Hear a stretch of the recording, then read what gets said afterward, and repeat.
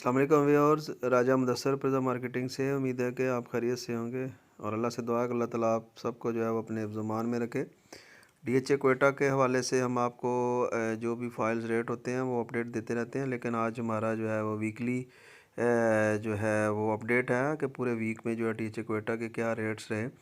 थोड़ी सी माजरत के देर हो गई मुझे, आज उसमें बिज़ी था थोड़ा सा। तो अच्छा, इस हवाले से अब शुरू करते हैं कि देखिए डीएचए क्वेटा जैसे ही ये वीक जो है, ये लास्ट वीक ये जो भी ख़त्म हो रहा है, ये स्टार्ट हुआ तो इसी में ही जो है हम ये देख सकते हैं कि पॉजिटिव रिस्पांस था इसमें। फाइल्स जो थी वो उसके अंदर जो थी मतलब पॉजिटिविटी वो देखी गई और सेल परचेज़ जो है वो ठीक रही इस पे।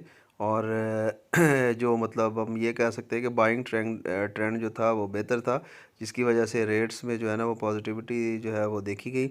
और इसके अलावा जो रेट्स थे वो स्टेबल रहे हैं ना। और बल्कि ये लास्ट पे अगर मैं ये कहूँ कि ये जुमेरात ये जुमे को जो रेट्स थे उसके अंदर थोड़ी सी और इजाफा हुआ और इम्प्रूवमेंट हुई।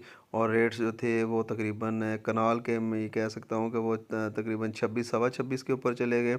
इसी तरह ही जो है आपके 5 मरले वाले जो थे वो भी तकरीबन सवा 11 से वो भी तकरीबन 12 में चले गए, 12 लाख रुपए भी। इसी तरह जो 10 मरला थे वो तकरीबन सवा 14 से वो तकरीबन 15 सवा 15.5 पे वो जो है वो चले गए। जो एफिडेविट का रेट था वो पहले जो था वो रेट था तकरीबन ये 31.5 32 लाख रुपया, वो तकरीबन 33 33.5 के ऊपर जो है वो चले गए। तो बहरहाल एक अच्छा वीक रहा है ये वाला डीएचए क्वेटा के हवाले से। और एक अच्छा चेंज था और एक पॉजिटिविटी जो है इसके अंदर देखी गई। इसमें काफ़ी ज़्यादा जो है वो बाइंग भी हुई और सेलिंग भी हुई, ज़ाहिर बात है। लेकिन जो आने वाले वक्तों में जो लग ऐसे ही रहा है, क्योंकि बार कोड्स वगैरह जो है ना वो इसके अब बंद हो चुके हुए हैं। और अब आहिस्ता आहिस्ता जो है ना फ़ाइलें जो है, जहाँ तक लग ऐसे ही रहा है जैसे ये फ़ाइलें जो है ना वो ज़्यादा पार्क हो रही हैं। और कुछ फ़ाइल्स जो है ना मतलब अपने सोर्सेज से ये हमें पता चला है कि ये फ़ाइल्स जो है ना ये बाय बैक हो रही हैं।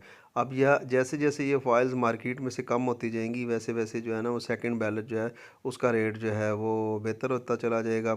और जो बार कोड रह जाएंगे, मतलब जो ऑलरेडी जो डीएचए की जानब से जो जारी हुए हुए हैं पहले के, जिनको हम एक्टिव बार कोड कहते हैं, वो जारी हुए, उनके रेट्स भी जो है वो फिर बेहतर हो जाएंगे।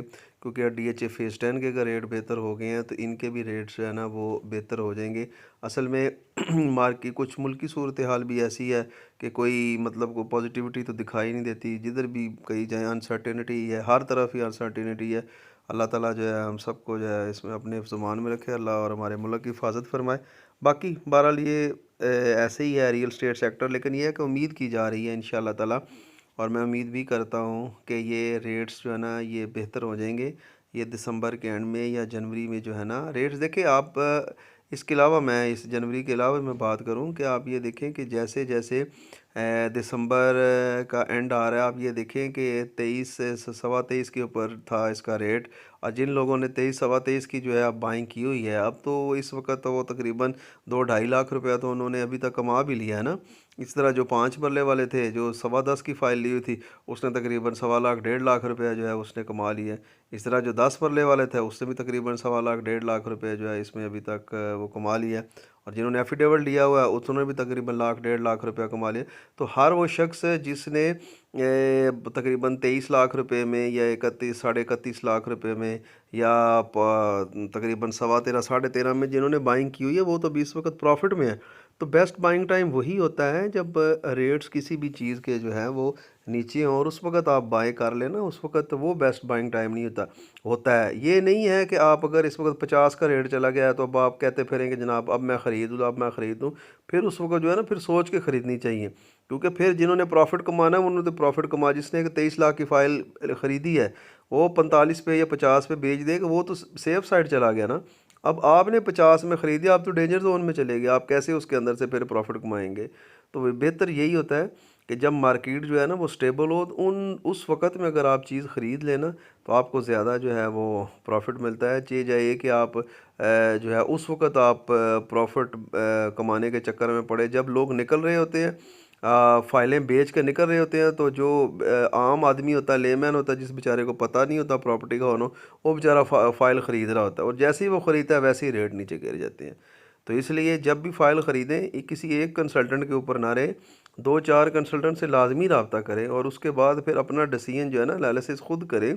और अच्छा एनालिसिस के लिए ये है कि आपने अगर कोई भी फ़ाइल ख़रीदनी है ना, लेट्स से आपने डीएचए की कोई भी प्रोडक्ट ख़रीदना चाह रहे हैं, तो आप उस मार्केट में जाएँ, उसका विज़िट करें, उन डीलर से मिलें, 1-2 दिन 4 दिन अपने लगाएँ, उसके बाद जाके आप अपनी को फ़ाइल शाइल ख़रीदें, तो फिर आपको कभी भी लॉस नहीं होगा। जब आप किसी भी एक शख्स के ऊपर रहते हैं और वन पॉइंट एजेंडा के ऊपर आपका काम शुरू हो जाता है, तो वो फिर आप टारगेट होते हैं आप ही, तो वो आपको वो आसानी से जो है वो टारगेट कर लिया जाता है और आपको जो है वो फ़ाइल जो है वो ऐसी थमा दी जाती है जिसके ऊपर लोग निकल रहे हैं और आपकी एंट्री जो है वहाँ पे वो लोग डलवा देते हैं। तो इन चीज़ों से बचना चाहिए। बहरहाल अगर आपने डीएचए क्वेटा में अपनी फ़ाइल ख़रीदनी है या सेल आउट करना चाह रहे हैं, तो मेरा नंबर है 0321 7779257। आप इस नंबर पर मेरे साथ रब्ता करें। अगली वीडियो तक के लिए मुझे इजाज़त दीजिए। थैंक यू जी, बहुत शुक्रिया।